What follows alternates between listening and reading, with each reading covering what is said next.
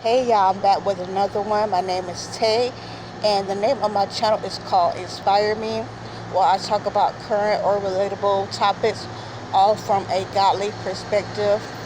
And today's topic is called What Are Your Idols?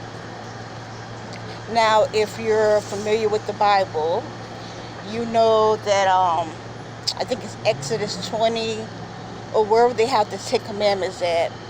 It says, thou shalt not make unto thee any graven image. Now, a graven image could be something that you sculpt and you worship as your God, little God. It could be Buddha. I'm sorry for those who praise Buddha, but he's a false god. It could be other religions. I'm not going to get into that. But pretty much anything that's against the big God, the true and living God, is pretty much a false god, an idol. So we see a lot of times, mainly during the Old Testament, where people worship false gods, the idols. There's a little bit of it also in the New Testament, and even to today. But we know that to be an idol. However, that's not the only thing that's considered an idol. I'm sorry, just drop this on y'all, but an idol could be your kids. It could be a man. It could be your career, your job. It could be school. It could be pretty much anything that takes the place of God. And I didn't really realize this until I became, more into Christ. I used to have idols. I used to worship a relationship. I felt like I needed a man. I used to feel like being a good girl, going to school, being independent. It just made me just ahead of my game. In actuality, I was actually considering it to be an idol. I put that before God. I felt like those titles made me. That's not a title from God. God actually opposes that, so that's considered an idol. For instance, I used to be a big fan of watching American Idol, keyword idol. Those people that sing and try to, win and be number one, they're considered an idol, but God opposes idols. So watching that actually opposes, God opposes that. So I had to start watching that. I've been start watching a while ago, but it's just like simple things that you don't really consider to be nothing wrong, but in actuality, it's a sin to God. Um, Also, your kids can be an idol if you're pretty much saying, oh, it's just me and my family, or it's just me and my kids. At the end of the day, nothing no matter but them. You're considering them to be an idol. If you're saying, I don't want my kids to ever have to struggle, I'll do any and everything for them. What exactly do you mean by any and everything?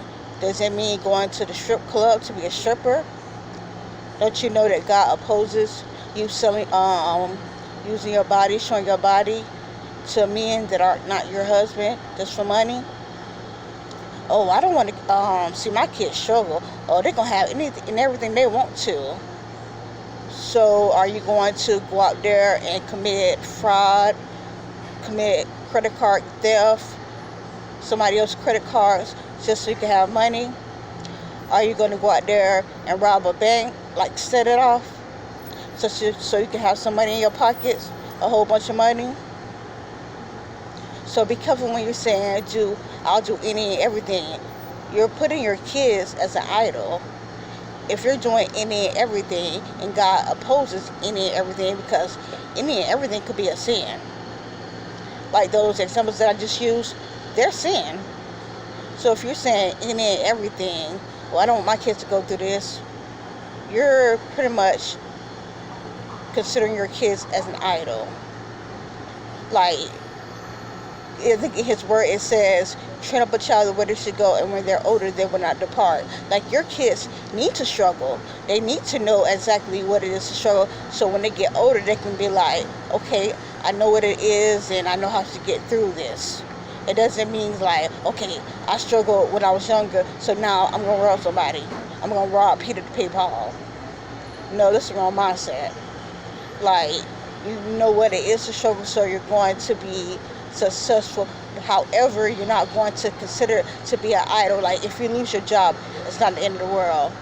I know so many people that they might lose their job, and or somebody might talk about them, might offend them, and they feel like it's the end of the world.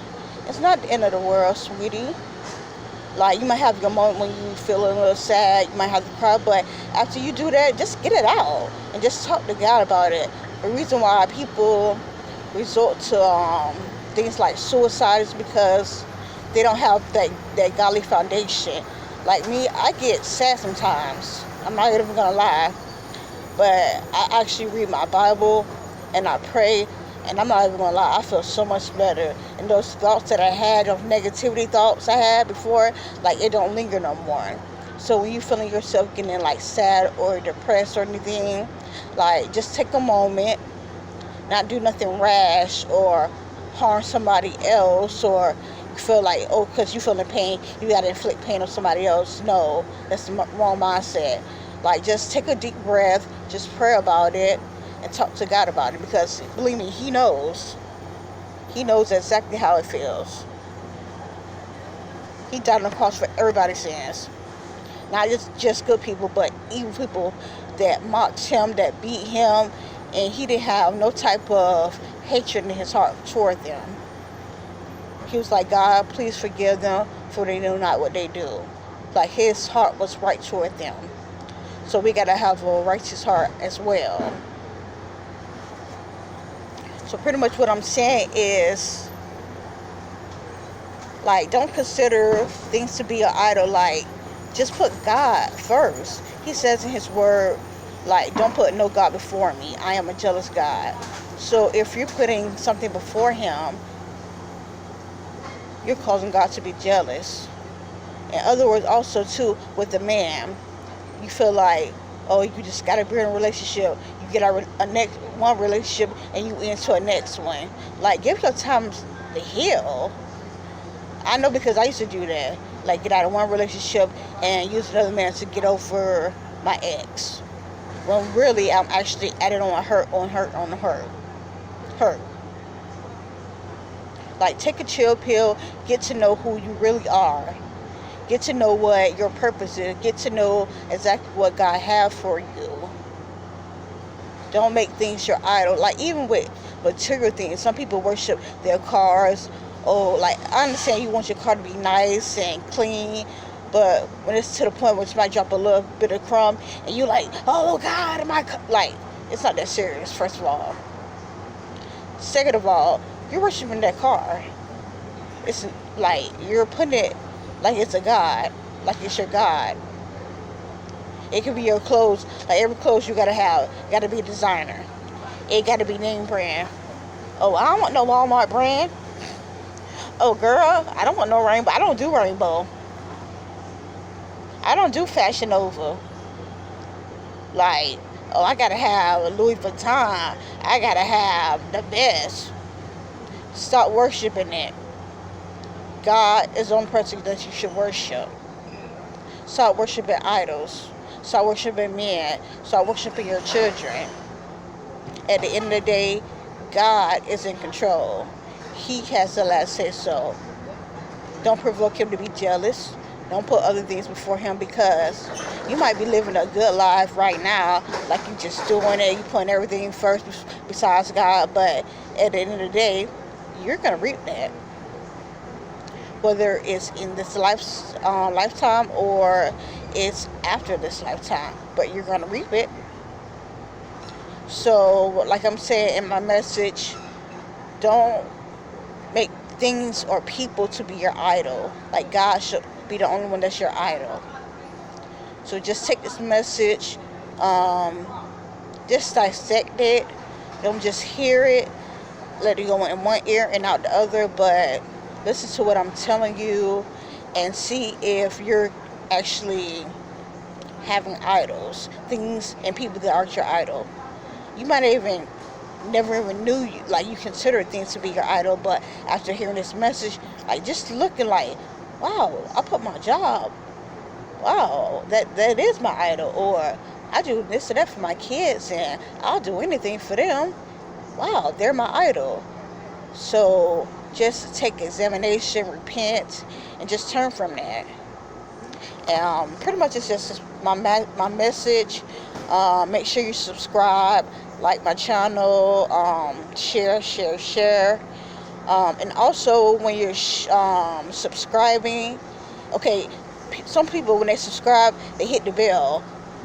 You're gonna get some notifications. You're not gonna get all notifications. You might be like, oh, why didn't I get this message? Oh, why didn't I get this video? Because you have to see a bracket sign, like I don't know if it's called a bracket sign or like a parentheses around the bell. That's how you know you're actually subscribed. So when you hit that, when you see that, you will get pretty much all my videos every single time I upload. So make sure you're hitting the bell to see that bracket sign around it. All right. Thank you.